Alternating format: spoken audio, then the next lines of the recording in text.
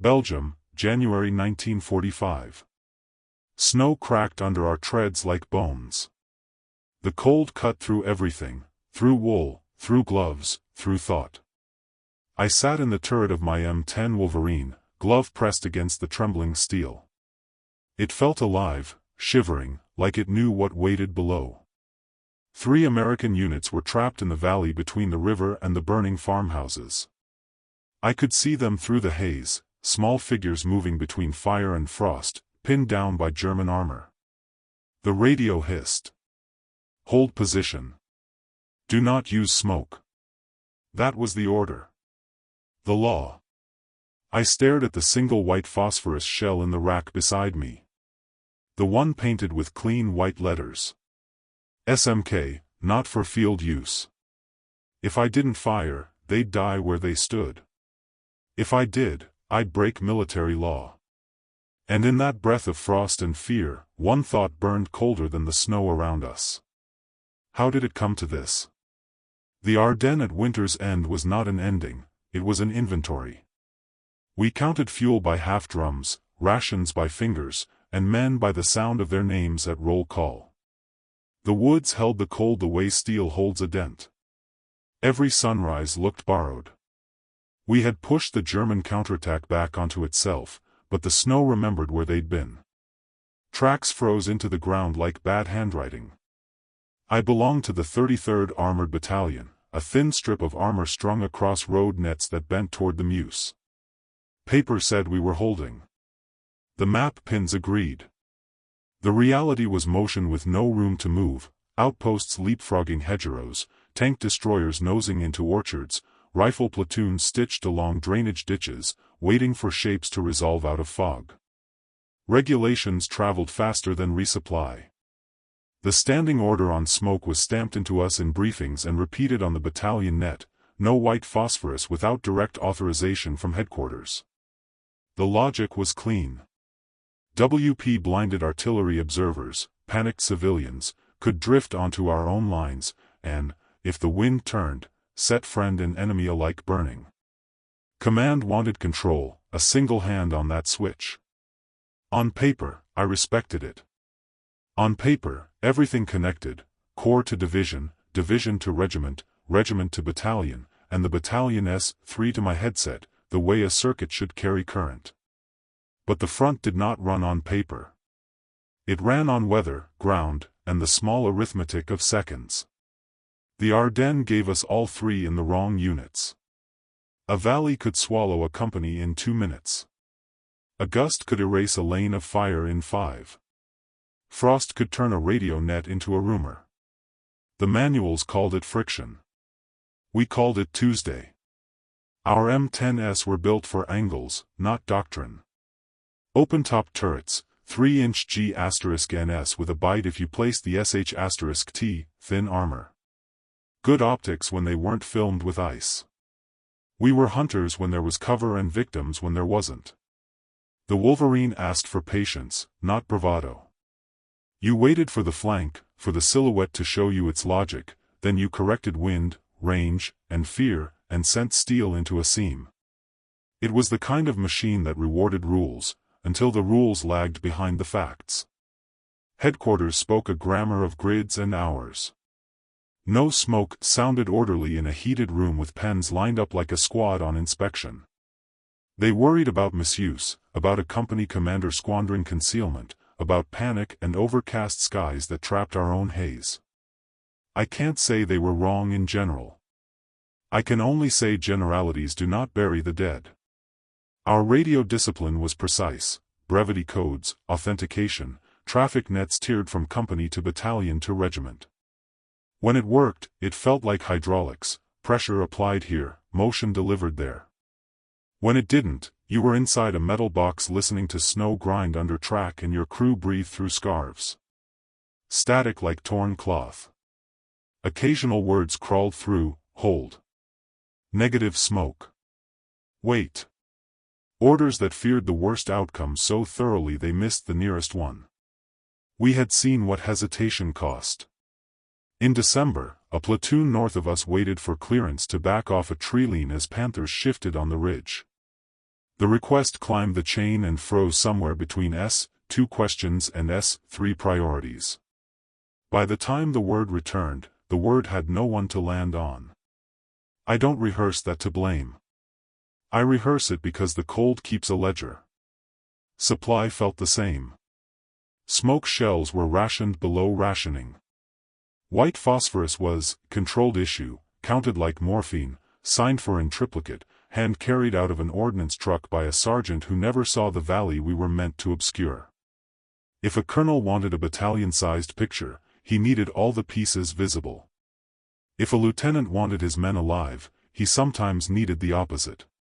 That was the argument tucked into every crate, visibility versus survival. By January the counterattack had snapped back at its own hinge. Panthers bled fuel, grenadiers bled heat. We captured boys wearing carpet for coats. We found horses frozen in their traces with the harness still taut. The line held because it had to. But the ground knew no truce. Snow turned to crust, then to glass. Engines coughed on dawns like this and ran rough, varnish waking in the tanks. Men whispered shoulder numbers in the dark to be sure the platoon still existed. A burned farmhouse on a bend of road became a landmark the way a buoy becomes one at sea, not for beauty, but because it floats where something sinks. I tell you this to show the system that lived behind the voice that told me do not use smoke. It wasn't malice. It was fear organized into policy. White phosphorus was a matchbox inside a hurricane. Once struck, the flame decided its own path. Headquarters wanted to own that decision, to keep the battlefield legible to the bigger hand-moving pins. They had learned, brutally, that chaos scales faster than command. But some problems don't scale. A frozen valley is not a theater, it is an address. 3 units at that address were being read by German glass and German sightlines, and their lives would not wait for a form. In those minutes, I measured the rule against the temperature, the wind from the east-southeast, the way the smoke from a dead cow's hide drifted along the fence line, the interval of machine G*N bursts ticking from the hedgerow, the slope that would hide a squad at a crouch but not at a crawl. I did not measure it against my career. Careers are long math. Frost is instant. We had rehearsed contingencies the way engineers rehearse failure. If the bridge dropped, if the wire cut, if the FO lost his map case in a ditch, what then? The binder was thick. Still, there were spaces between the pages where real things lived. A field is not a diagram. A man is not a symbol. A rule is not a shelter. You should also know this, I was not a cowboy. I logged every round, every mile, every filter change. I could quote TM 9-731A the way some men recite hymns. I preferred the world when it ran on torque values and clearances. But the system we loved was only as good as the time it took to find us. That morning, time chose the valley first. So when I pressed my glove to the turret wall and felt the shiver travel through the hull, it wasn't defiance that answered the radio. It was arithmetic. The cost of doing nothing sat on the snow in front of me, shoulders hunched against wind, helmets bright with rime. The cost of disobedience sat in the rack to my right, white letters on a round that could turn the valley into a curtain and a court case. Between them lay the system, necessary, imperfect, and 30 seconds late. Before all this, before Snow learned my name, I was a man who trusted numbers. I came from Ohio, a flat town of water towers and rail tracks where machines sounded more honest than people. My father worked at a grain elevator. My mother took in laundry. Every morning the whistle of the feed mill broke the dawn in 3 clean notes, and every night I watched steam rise from the vents behind the factory, white against the sky, and wondered how anything could move that precisely and not think. I studied hydraulic engineering at the State University. I liked the way water obeyed. Pressure, flow, resistance, all predictable. If you built the pipes right, it never argued. In 1938 I built a small model dam out of plywood and tin. It held 3 gallons before a seam split, and I learned that failure has a pattern, a geometry of its own. My professors said I had the temperament of an accountant with the instincts of a mechanic. They meant it kindly. I took it as gospel. Back then, my world fit neatly inside drafting paper. My handwriting was straight, my lines measured. I owned one suit and no illusions.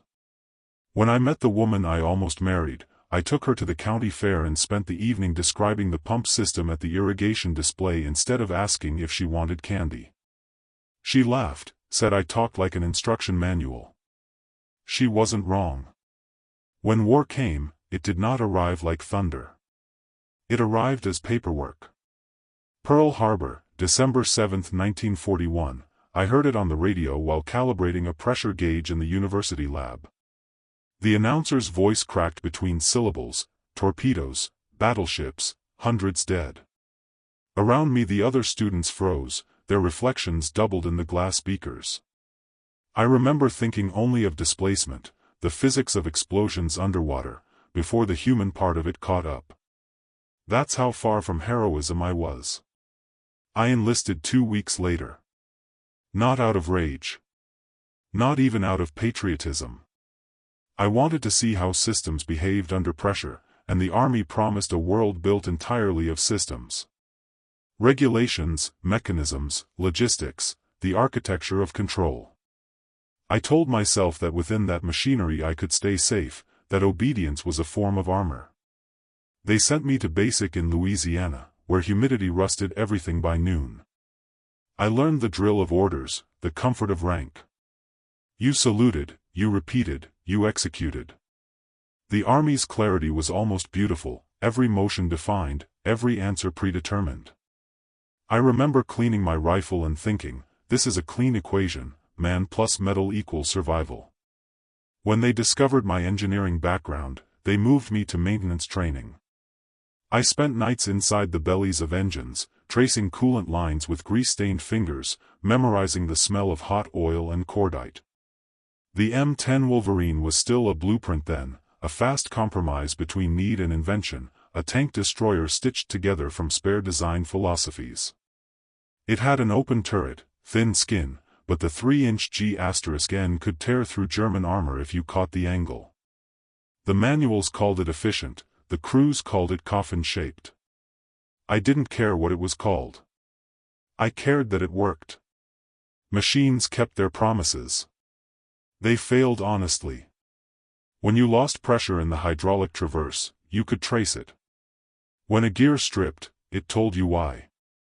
People failed without equations, and that terrified me more than shells. During G*Nary training, one of the instructors, a veteran from North Africa, told us, out here, discipline saves lives. I believed him. I wrote the words in my field notebook. I measured everything I could: shell drop, muzzle velocity, turret rotation time. I built tables for wind drift and temperature. I could have recited them in my sleep. The first time I saw a man die, all that math went quiet. It was 1943, a training accident. A Sherman backfired during live fire, turret hatch open. The loader caught a shard in the throat. He didn't scream, just looked surprised, like a formula had given the wrong answer. I knelt beside him, hands on his collar, pressing to stop the blood, whispering numbers without meaning. Afterward, I cleaned the turret alone. I remember the smell, not death, exactly, but iron and antifreeze. The smell of something human burned into something mechanical. That night I wrote my father a letter. I never sent it. Mechanics obey laws, I wrote. People don't. He had been a quiet man, the sort who fixed what broke and spoke only after the repair held. I think I was trying to explain to him why I belonged in the army, though by then I already knew the flaw in my logic. A machine is only as steady as the man who designs it, and war is designed by men. In 1944, I landed in France as a second lieutenant, assigned to the 33rd Armored Battalion. The hedgerows were mazes, the air full of engines. I learned that hydraulics froze in mud, that gasoline evaporated faster under shellfire, that the smell of cordite could linger in your hair for days. I learned that no rule survives contact with panic. Still, I clung to the structure. I reported by the book.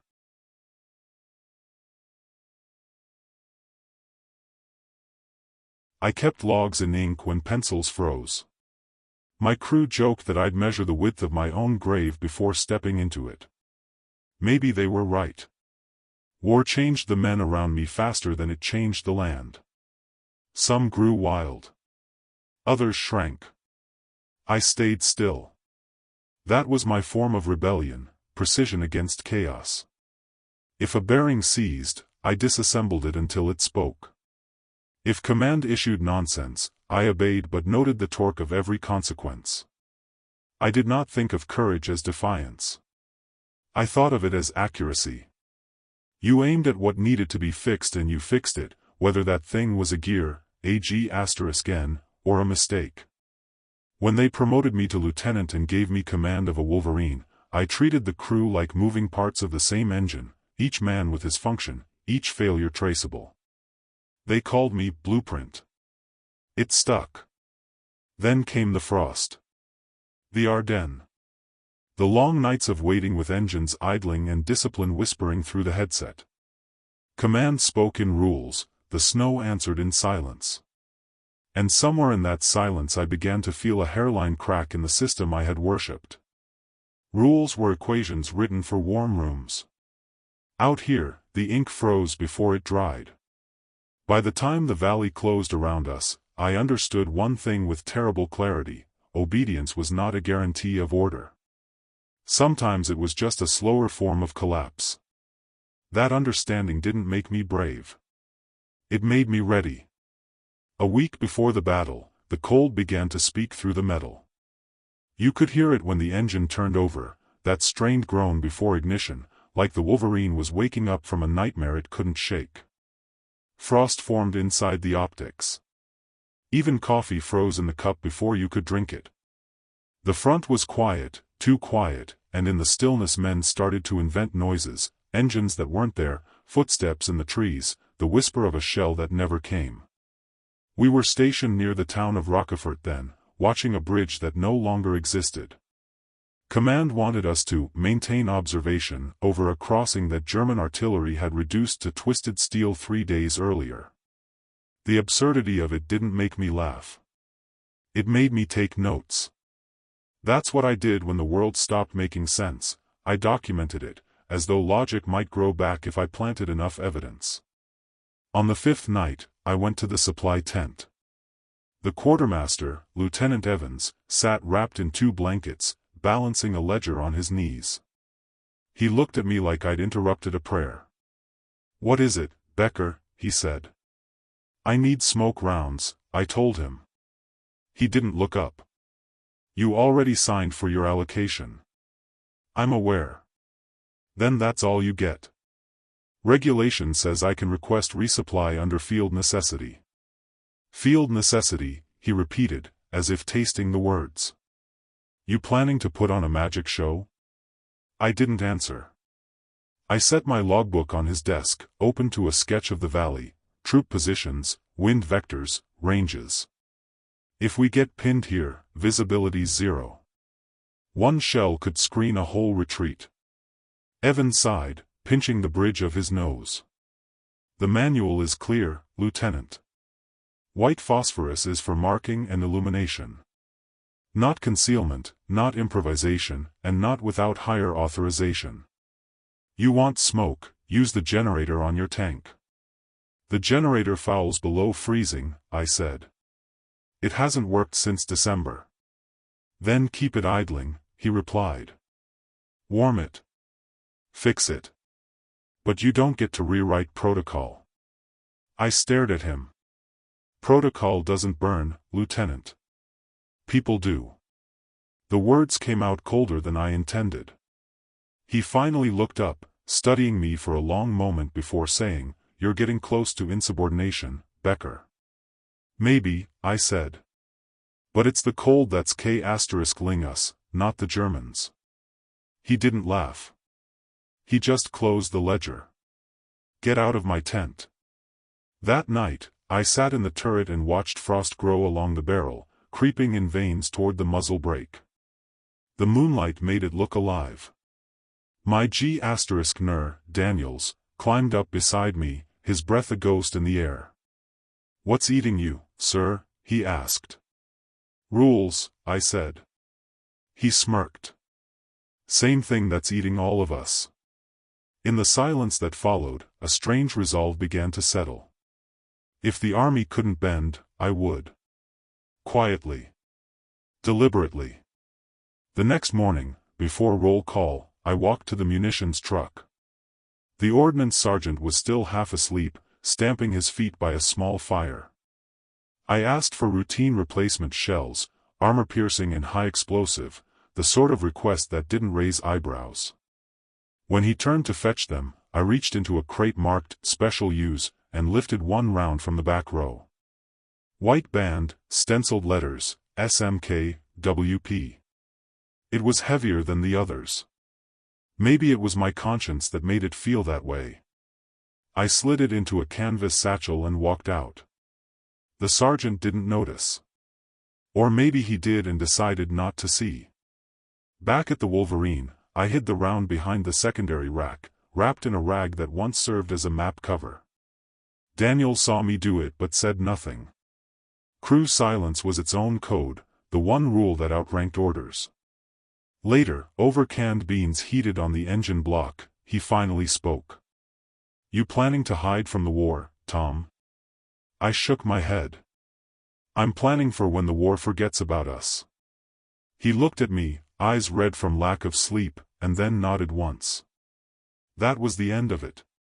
The following days blurred into gray routines, patrols, refueling, reports.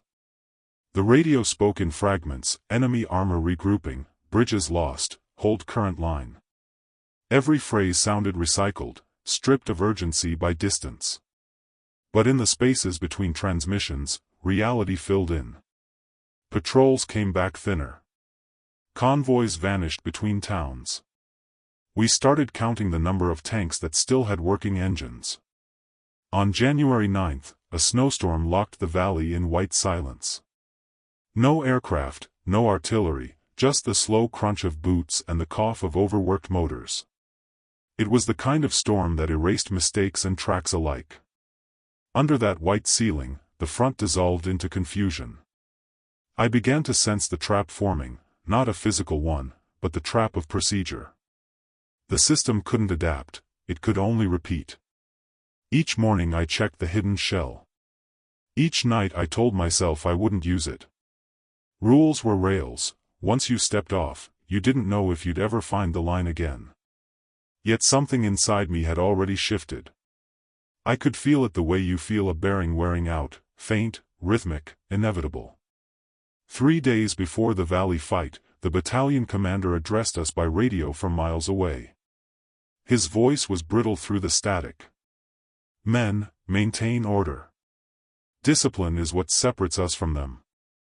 I thought about that sentence while scraping frost from the sight glass. Discipline, the word had once felt like architecture. Now it sounded like a wall built in the wrong place. When the transmission ended, Daniels muttered, "Guess that means don't think." "No," I said. "It means think quietly." He laughed once, short and tired. "You always got an angle, Lieutenant." I didn't answer.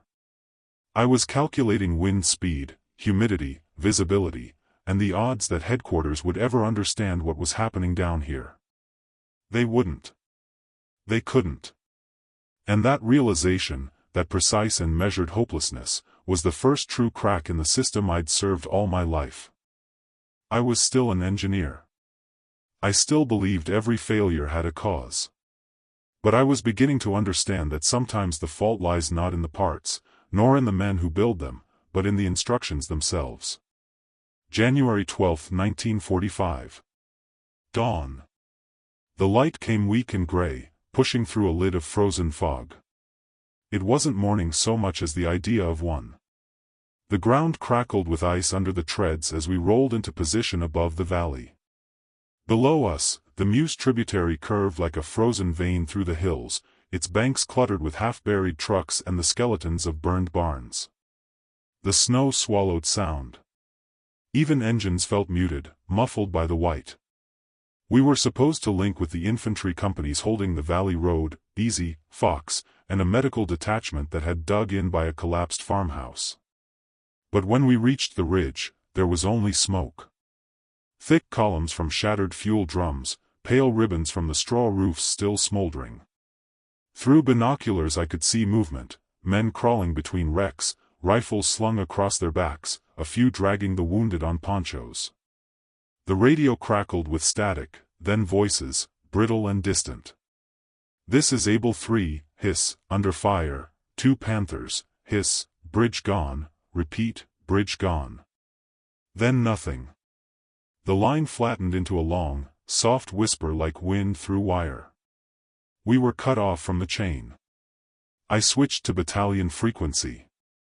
Same noise. Then finally, after a long breath of silence, an answer.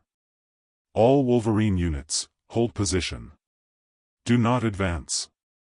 Air support en route. Do not engage or deploy smoke.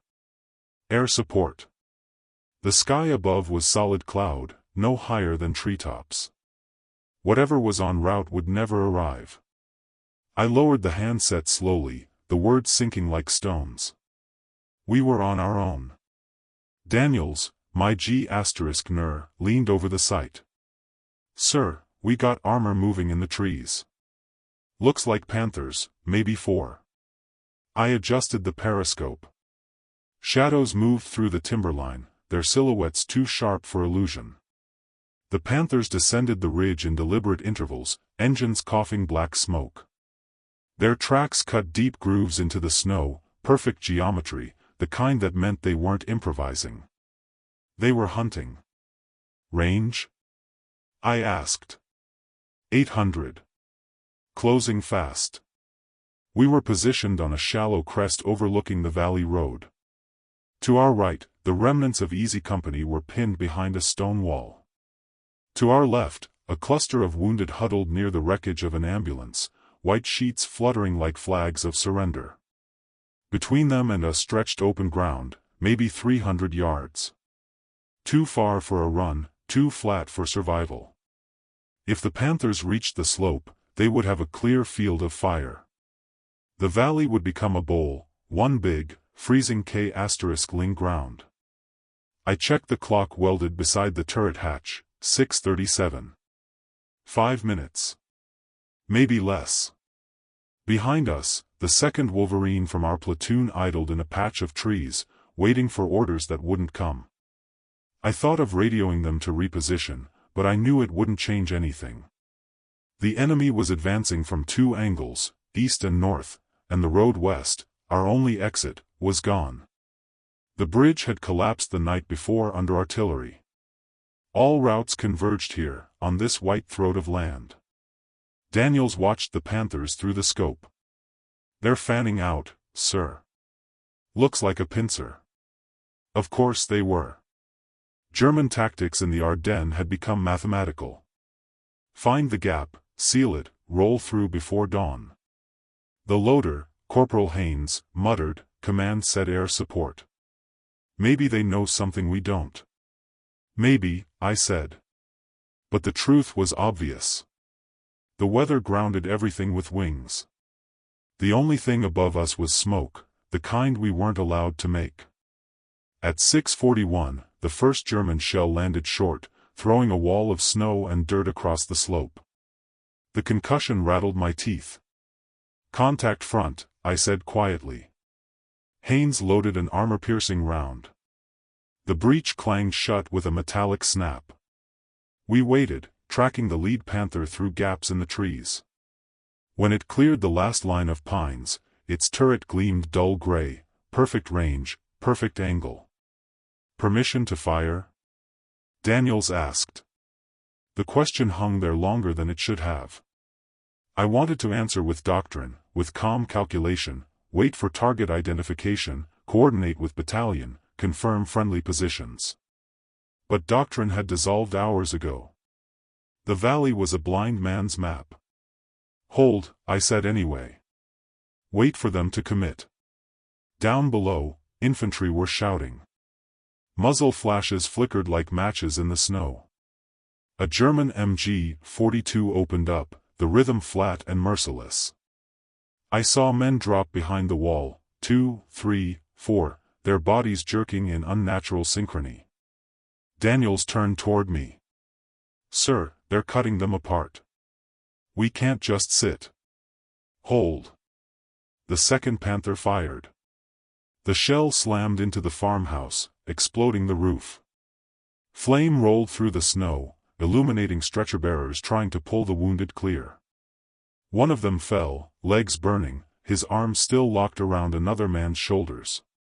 That was when I understood that waiting wasn't caution. It was participation.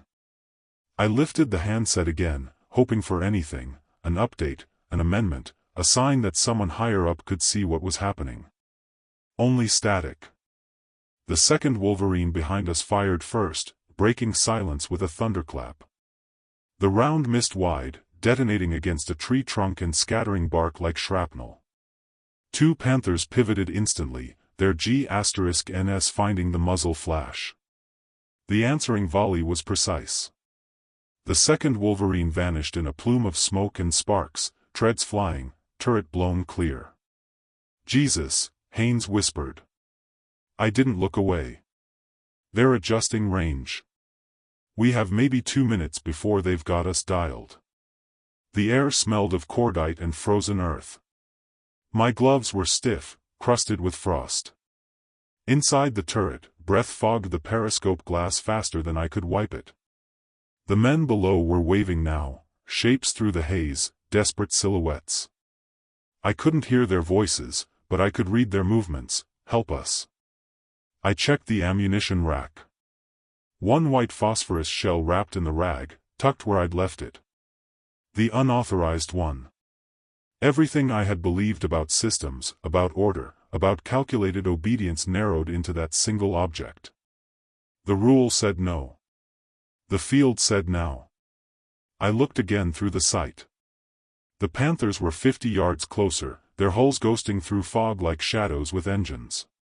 Behind them, German infantry advanced in a staggered line, bayonets out, rifles low. Sir? Daniels asked. I didn't answer. I was tracing the wind, steady, north by east, perfect for smoke drift toward the German flank. 5 minutes. That was all the valley had left. If I followed the rulebook, they would die in place. If I broke it, maybe, just maybe, they would live long enough to curse me later. The radio hissed again. One last transmission, faint, exhausted. All units, hold position, repeat, hold position. The voice dissolved in static. I set the handset down. And for the first time in my life, the numbers didn't help. The angles, the pressure, the equations, none of them could tell me what was right anymore. Only the cold, and the sound of the dying. I opened the hatch and the cold came in like water. My breath turned to frost on the rim. The valley below was a page already smudged with ash, and the Panthers were the pen moving to finish the sentence. I reached into the rack and pulled the round wrapped in the rag. White band. Stenciled letters, SMK, WP. My hands trembled. Not from fear alone. From what it meant to take this weight in daylight. I had stolen the future from a crate and hidden it behind procedure. Now I was going to light it. Haynes stared. Sir, that's... I know what it is, I said. Load it. He hesitated the way good men do when the rulebook is still louder than the battlefield. Daniels kept the Panther centered in the sight, waiting, lips cracked, eyes rimmed in sleep salt. The intercom crackled with our breathing. Orders say, Haynes began. Orders don't matter to the dead, I said calmly. Load. The round went into the breech with a metallic swallow. The weight of it changed the air. WP had a smell even through paint and tin, a dry chemical taste that crept across the tongue. I set the elevation by feel. The wind ticked my ear like a metronome coming through a crack, north by east, steady. Airburst, 200 short of their lead line, I said. No later than 10 seconds after the sh*T, we displace 3 lengths left. If it drifts wrong, we live with it. Daniels exhaled. On you. I laid my glove flat on the turret wall, like a man steadying a patient before the scalpel. Below, an American medic waved both arms in a frantic cross, then dropped to his knees beside a man I could not help yet. My mouth felt lined with tin. Fire, I said. Daniels squeezed. The Wolverine convulsed with a sound that emptied the chest. The recoil pushed us back on the bogies, the turret shuddering as the breach cycled. Through the scope I watched the shell climb into the gray and vanish, a swallowed star. For half a heartbeat the valley held its breath. Then the sky split. The shell burst where sky became decision, and a white flower tore itself open in silence before the wind found it. Fragments of burning phosphorus scattered, each ember a seed that birthed smoke. The first veil rolled, then the second. Thick, quick, alive. The wind took the curtain by its hem and pulled it east, right across the Panthers' line of sight. Move, I said. Tony, our driver, quiet as a wrench, rocked us left. The tracks bit and slid, snow squealing under steel. Haynes was already reaching for the next round, but I held up a hand. No. Let it work. Through the periscope, the world became charcoal. The German G*NS went quiet. For a moment they thought as commanders think, what does smoke mean? Gas? Barrage? Ambush? Doctrine told them to halt until certainty returned. Doctrine served us. On the infantry net, somehow still alive, voices rose like surf, move. Move west under the smoke. Go now. I didn't say it into the radio. I said it to the valley, and they heard anyway. Shadows broke from the wall, men hauling men, silhouettes folding into the gray. A gust lifted the veil, revealing a panther's muzzle like a waking eye. It blinked fire. The shell flashed overhead and burst in the trees, raining wood. The report came late, a slap across the turret. The smoke wove itself thicker in reply. I felt the round casing tick against my boot as it settled on the floor, the tank's skin humming with contained force. Sir, Daniels said, voice low, if the wind shifts. It won't, I lied. The flag on the wrecked ambulance swung its frozen corner east like a compass. The fence smoke weathervaned the same way. For once, the world agreed with disobedience. Haynes couldn't stand it. We should throw another. Build the wall. One sh*T, I said. Just one. He nodded, swallowing. That was the bargain I had made with myself, a single break in the seal of law. One round to purchase minutes. Anything more was an argument I wasn't ready to have with God or the colonel. Through the gray, I saw motion that wasn't ours.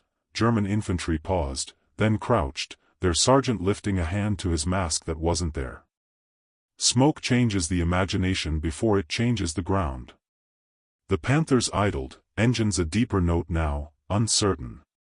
Their commanders did the math we needed them to do. Concealment implied artillery, artillery implied time, time implied danger.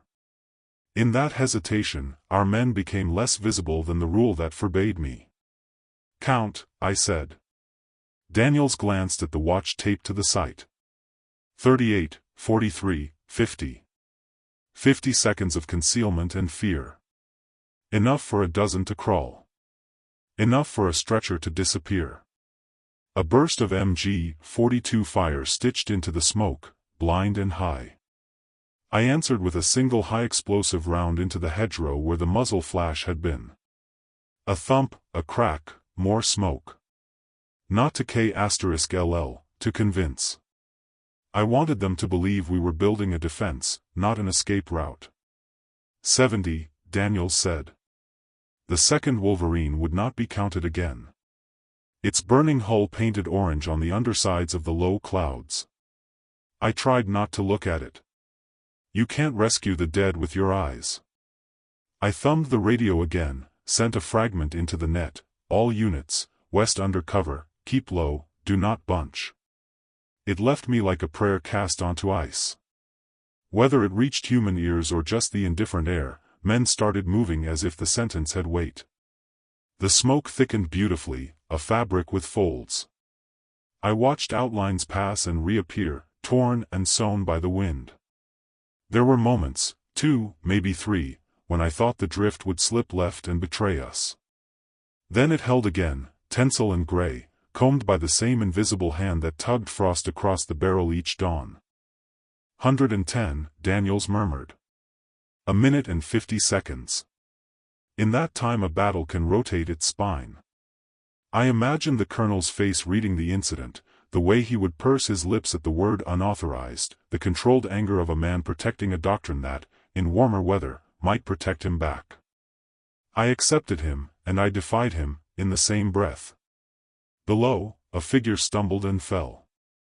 Another went back for him and vanished into the moving wall. That was the moment the tremor left my hands. Not because I was right, but because the world had chosen to meet me halfway. The steel under my glove stopped shivering. Or maybe I did. 2 minutes, Daniels said. Sir, they're almost through. The Panthers finally advanced blind, careful, feeling their way with shells. One detonated short, blowing a trench into the snow where no one now lay. Another burst far to our left, tearing up a plow buried since autumn. Their fear of our imaginary artillery made them clumsy. Haynes drew a breath that sounded like a sob and a laugh together. I never thought smoke could be louder than G*NS. It isn't, I said. It just lets you hear the right things. The last cluster of our wounded moved under the veil, heads down.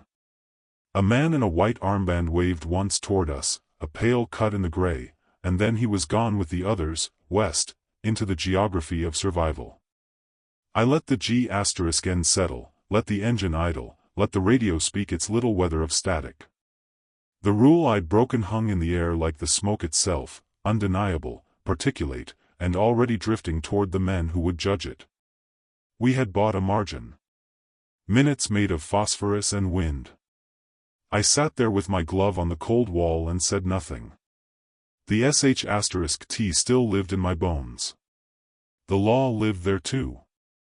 Between them, for once, life. It should have gone wrong. Wind can betray you. White phosphorus can turn and eat its maker. Doctrine can arrive late and still punish the early. But it didn't. The smoke clothed the valley. It didn't drift, it advanced, a purposeful thing with weight. Gray first, then a deeper iron color as the particles thickened and the cold pinned them low. In seconds the world narrowed to silhouettes. Panthers became rumors, infantry a chorus of boots and metal striking metal. The farmhouse fire turned from sight into a pulse of light inside gauze. Count, I whispered. 220, Daniels answered, eyes never leaving the mill reticle. 230. Beneath us, movement multiplied. Figures rose from their shallow cover and went west in lines that were not lines at all, broken, bent, exact as necessity. Some crawled. Some dragged litters. Some carried rifles upside down at the balance to keep oil from thickening in the cold. They moved because the smoke gave them permission to exist. I watched the way the veil took them. First the helmet, then the shoulders, then only knees and boots, and then nothing. Absence as rescue. The enemy hesitated. We heard it before we saw it, throttles brought back to idle, the clack of a commander's hatch, the muffled question across a net we couldn't translate. Doctrine fought instinct inside their steel. Smoke means artillery. Smoke means gas. Smoke means weight. A blind sh*T cracked from the far tree line. It went long and high, smashed branches, showered ice crystals like sparks. I answered with one high explosive into the muzzle flash's memory. The concussion folded into the larger hush and made it seem inevitable that we were many. We were not. We were a single G*N and a single trespass. 3 minutes, Daniels said. Wind steady. Tony eased us another half-length left, tracks biting. Haynes wiped frost from the sight drum with the back of a glove he'd cut the fingertips off. Inside the turret the air tasted of tin and old cordite. My mouth had gone dry, I could feel every ridge of enamel with my tongue. On the infantry frequency a voice broke through, thin but urgent, "Fox to any armor, moving now, covering fire if you've got it, God bless whoever threw the curtain." I said nothing. They were blessing a violation. More men entered the vale. A chaplain with a white band on his helmet pushed a stretcher like a wheelbarrow, shoulders hunched, jaw set. A radioman carried his dead set like cargo and then stopped, thought better, and left it upright against a fence post, the handset resting in a drift like a sleeping animal. Choices had become that simple. 4 minutes. The Panthers advanced 2 whole lengths and stopped again. Their commanders had decided to feel forward with burst fire. MG-34s and MG-42s stitched the screen. The angles were bad. Most rounds passed through smoke and emptiness and spent themselves on snow. A few found men who were not yet far enough west. I marked each impact by its sound and did the only calculus I could, add more seconds. I signaled Tony with my boot. Ease forward. Keep the glassy under the brush. We nudged so our muzzle just cleared a tuft of winter hedge. I fired another single high and obvious, at a tree trunk the caliber would explode rather than pierce. The blast put splinters into the smoke and the picture into their heads, Americans digging in, not running out. 5 minutes. My watch ran fast in weather like this, but time itself had slowed to machine intervals. Breath. Traverse. Listen. Count. The world had become a panel with very few dials you could still move. I moved the ones I owned. A squad from Easy broke cover below us. 6 walking, 2 carried, 1 limping with a hand on a friend's belt. The sergeant looked up once, not to ask permission, only to inventory our silhouette. He gave a small nod, not thanks, not salute, and vanished into the cloth of gray. The medical detachment followed. 2 litters, then 3. Someone had strapped a broken door across 2 rifle barrels for a stretcher.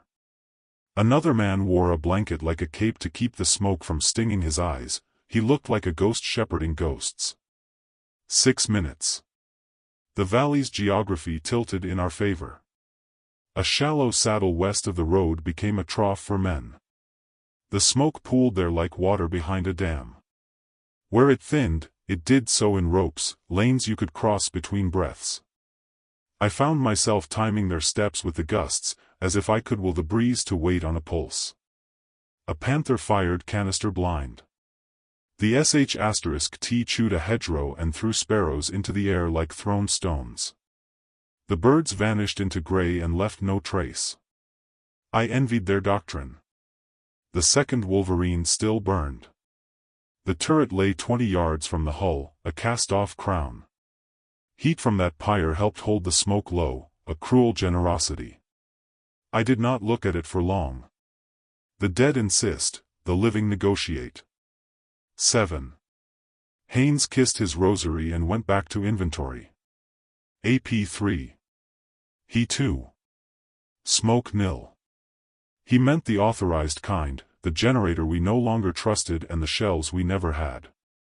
The radio found us again in a voice I didn't recognize. Able, confirm withdrawal under cover, confirm smoke is friendly, confirm, it cut to hiss.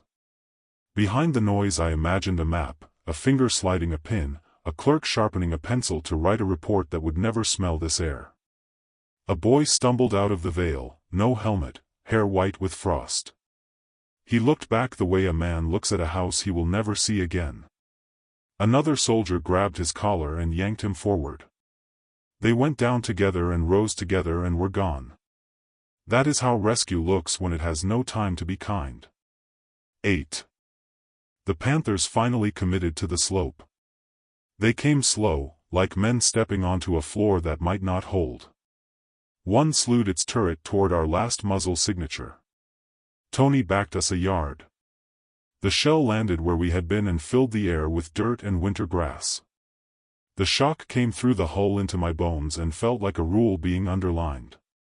More shapes moved inside the smoke, then fewer, then a pause. The valley had emptied itself of those who could run and those who could be carried.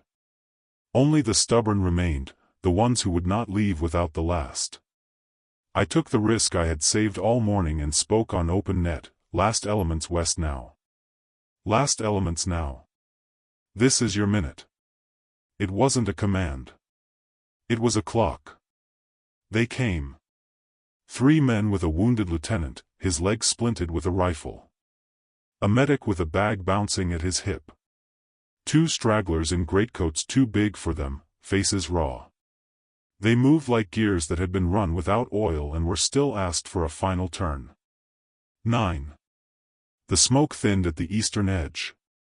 Phosphorus had done its arithmetic and was down to ash. The wind held but the curtain's hem was fraying. I could see the outlines of German helmets now, the sharp tilt of a commander's field cap. I could see a panther's bow wave in the snow where the weight forced crystals to cascade like water. 10. The last shapes entered the veil and did not reappear. West became a word that meant alive. I did not fire again. I did not speak. I waited for either the reprimand of steel or the mercy of distance. What came was quiet. Not safety, not yet, just a reduction of angles. The Panthers crept to the wall and found absence. Their machine G***ners saw a field and not a target. They had been fighting figures, they met a landscape. We pulled back one length, then another, hull low, G***n depressed. The engine's heat crawled up through the deck plates and made my knees ache. The turret wall under my glove was no longer trembling. Or perhaps I had stopped. The miracle was not that the smoke hit us. It was that it changed what the enemy believed was possible. They had expected surrender in the open. They found a script that skipped a page. Behind us, beyond the ridge, west opened like a valve. Men coughed black into their scarves and kept walking. Someone laughed once, shocked by the sound of his own throat. Someone vomited and kept moving. A captain counted, hatless, pencil broken, lips blue, counting anyway because counting makes an exit reel. Nearly 300 made it through. I did not know the number then. I only knew the weight that left the air. I let the round's memory settle. I let the rule I had broken sit beside it. Between them lay a thin, cold strip of time we had purchased with chemical fire and decision. The valley, now mostly empty of friends, felt larger. The smoke thinned to skeins. The German armor found its voice again. The next part would be metal and correction. But for a handful of minutes, we had written survival into weather. When the smoke finally thinned and the Panthers found they were staring at absence, we eased back over the ridge as if we were closing a door. The engine's heat climbed into my knees. My hands shook, then stopped. Below, the valley took its breath. Somewhere far west, someone began to count names. Somewhere east, someone began to write mine. We spent the next hour pretending the world had returned to sequence. Haynes inventoried what was left, 3 AP, 2 He, nothing labeled SMK. Daniels cleaned the sight glass with a handkerchief that was more frost than cloth. Tony kept the engine at a low, patient idle, like a man keeping a promise. I logged the round in my book under nothing at all. There are ways to write a truth that do not invite a witness. I used one. At noon, a runner found us with a folded order sheet in his mitten, the paper creased so hard that the letters broke along the fold lines. Lieutenant Becker to Battalion CP, it read. Immediate. The rest of it was the tone of a man who already knows what he wants to hear. The headquarters dugout smelled of wet wool and pencil shavings. A map wall sweated thumbtacks. The colonel stood behind a folding table like a judge behind a bench he hated. His face had the exhaustion of a man who carries too many rules at once. The operations major sat to his left with a stack of reports and a scar that made his mouth appear to think twice. "Lieutenant," the colonel said, not inviting me to sit. "You violated a direct order." "Yes, sir," I said. "Explain." I tried to make the words dry enough to pass muster. "Visibility 0. Enemy armor closing. Friendly units trapped without movement corridor. Air support impossible. Wind from north-northeast steady at 7.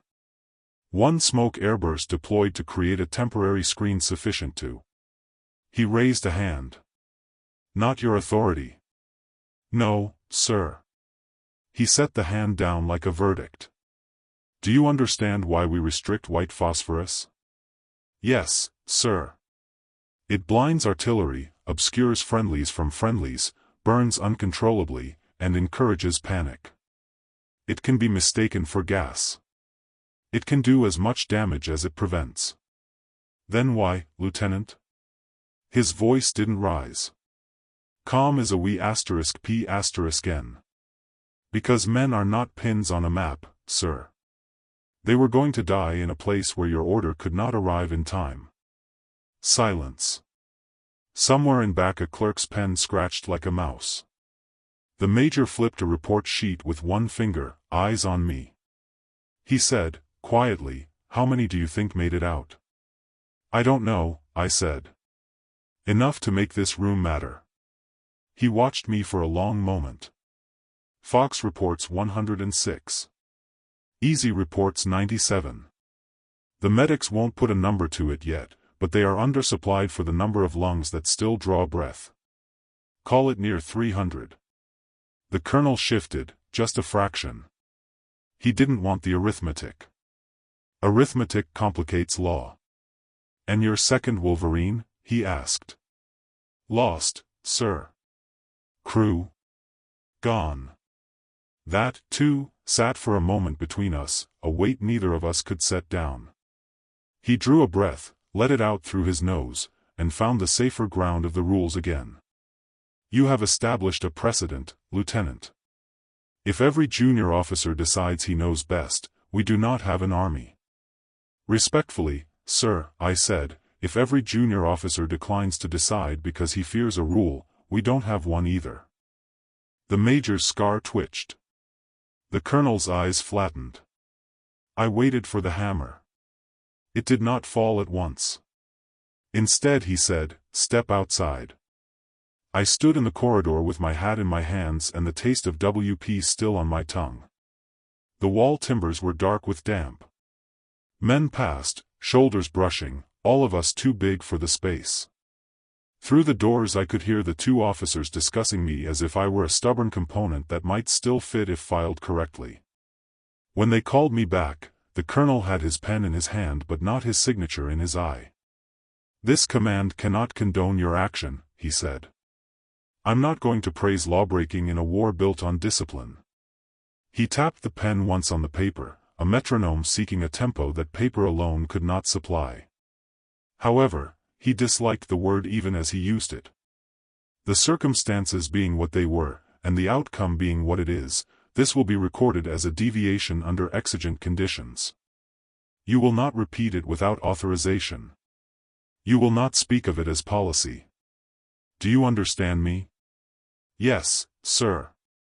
The major said, in the tone of a man setting a fragile object in the right drawer, "He saved 3 units, sir.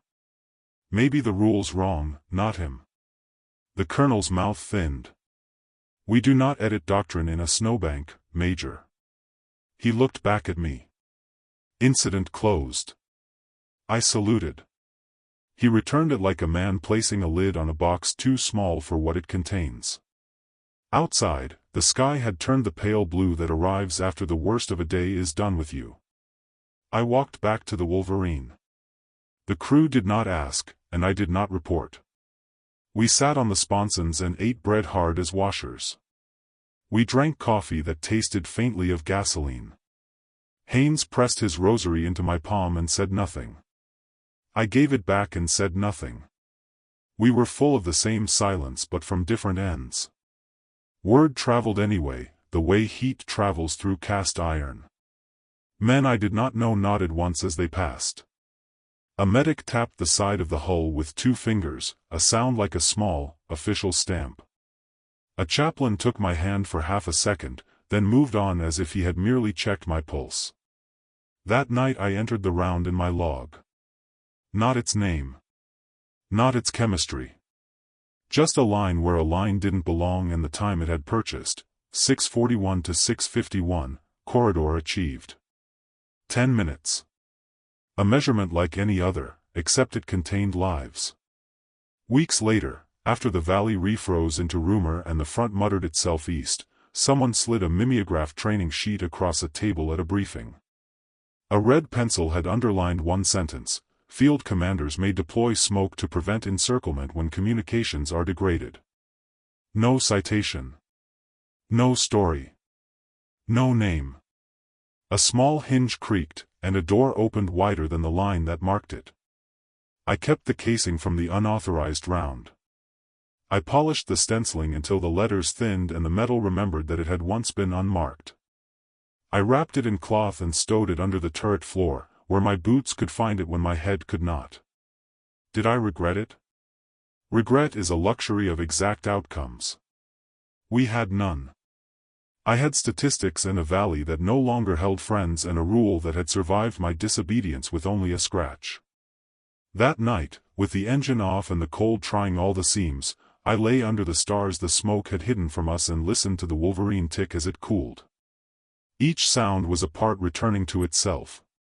Somewhere far away a train moaned on a winter rail. Somewhere nearer, a man woke from sleep with a cry and found his breath again. I closed my eyes and repeated the only prayer an engineer trusts: let the failure teach the design. Officially, my name never appeared in the report. The document used the phrase, field deviation resulting in acceptable outcome. It listed no unit number, no coordinates, no mention of the round type. In the war's archive, it existed as a paragraph between fog interference and delayed resupply. But men remember differently than paper. By February, the snow had begun to rot. The roads turned to gray slurry. Tanks sank axle-deep in mud, and the Ardennes shed its white skin like an animal after hibernation. The front had shifted east, always east, but the rumor stayed with the men who had lived through the valley. They called it the 10-minute miracle, as if the smoke had chosen its own mercy. Someone said a lieutenant fired a forbidden round, someone else said it had been an artillery fluke, divine intervention disguised as chemistry. Every version left out the numbers, the wind, the fear. That suited me. I was transferred to a maintenance depot near Liège for rest and technical instruction. The phrase meant they wanted to study me without saying so. They asked me to lecture on emergency concealment, not on disobedience. The room was an abandoned brewery, the air thick with the ghost of yeast and diesel. Young officers filled the benches, notebooks open, pencils ready. I drew the valley on a chalkboard, ridge, road, wind vector, and said only this: in winter, air behaves like a liquid. It clings. When heat rises, it takes direction from the smallest pressure. Smoke follows that law, not the one written in manuals. I spoke of mechanics, not morality. No one asked about orders. They wanted formulas, not ghosts. After each session, an intelligence captain with square glasses and careful diction asked for my notes. He never looked me in the eye. He wanted the method, not the motive. I gave him both, disguised as geometry. Months later, a revised training pamphlet arrived across all armored divisions. Paragraph 3b read: commanders on scene may authorize immediate smoke deployment when isolation threatens encirclement. No author. No source. But the font was mine. I recognized the spacing where my typewriter once jammed on the number 3. A quiet revolution written in pencil. The war ended before the manuals caught up. Germany folded like a bridge whose load limit had been exceeded. We drove through towns that smelled of wet stone and surrender. Children stood in doorways and didn't wave. My Wolverine, patched and rusting, was shipped home to a scrapyard in New Jersey. The men scattered, Daniels to Illinois, Haynes to a parish school in Michigan, Tony to a factory in Baltimore where he said the machines were louder than memory. I went back to Ohio. The day I arrived, the river was thawing, and the air smelled of mud and oil. My father's shop was still there, the same cracked windows, the same tools hanging like question marks on the wall. He had grown older by symmetry, one more wrinkle for every year I'd been gone. We spoke little. War had made conversation seem frivolous. But when I unpacked my duffel and placed the empty shell casing on his workbench, he ran his finger along the engraving, the words not authorized, but necessary etched by my own hand with a machinist's punch. He didn't ask what it was. He just nodded once, like a man confirming a formula he'd always suspected was true. Civilian life came at me in quiet collisions. The mornings were too still, the nights too warm. I found work at an automotive plant outside Dayton, designing hydraulic safety systems for trucks. The job felt familiar: pressure, release, control. Steel still obeyed, even when men did not. Every few years a letter arrived from a former crewman or a man who had been in the valley that day. Most were short: a photograph, a line of thanks, a child's name. One came from a medic who wrote, "You probably don't remember me. I was the one under the white flag near the ambulance." The smoke smelled like metal and mercy. I kept that one folded in my wallet until the ink turned to shadow. In 1948, an Army engineering journal published an anonymous article on adaptive battlefield systems. It described a model for decentralized decision-making, citing examples where field improvisation had preserved unit cohesion. One paragraph mentioned unauthorized smoke use in the Ardennes resulting in successful withdrawal. I recognized my own phrasing in the syntax, the way I'd once written, drift ratio proportional to fear. The editor probably thought it poetic. He never knew it was literal. I never spoke publicly about it. Not because of guilt, but because stories harden into myths when repeated too often. A myth is an easy tool for men who need heroes. What I had done wasn't heroism. It was a calculation adjusted for humanity. Sometimes at night I would take the casing from the shelf, turn it under the lamp, and study the metal's dull gleam.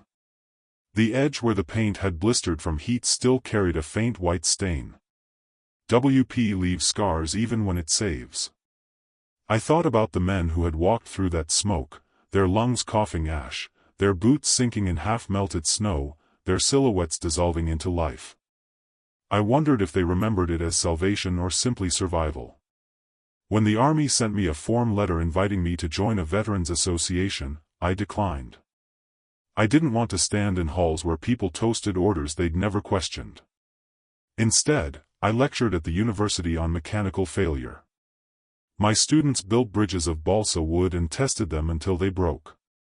I told them every collapse is a teacher. None knew they were hearing a sermon. Years later, when I retired, I donated most of my notebooks to the county library. Only one I kept, the log from that January morning.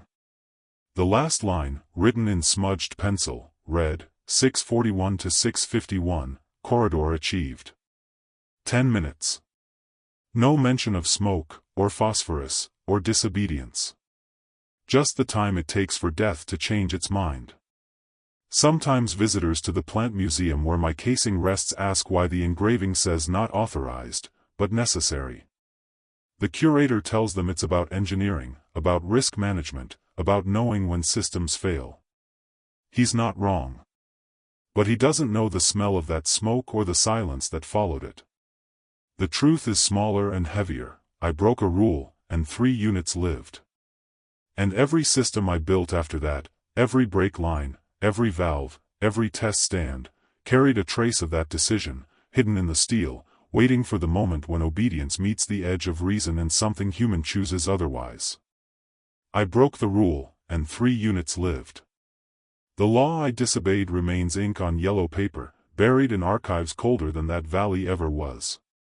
I still see the smoke sometimes, not as fog or cloud, but as a shape with memory, curling through years, whispering that order and reason are not always twins.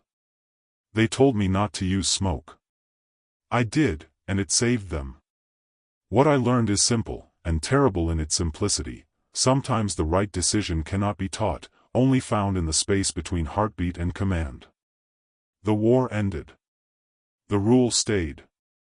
But in the 10 minutes it took for that smoke to drift and for those men to vanish into life, I saw a truth no manual could contain. Obedience keeps armies alive. Disobedience, sometimes, keeps men human.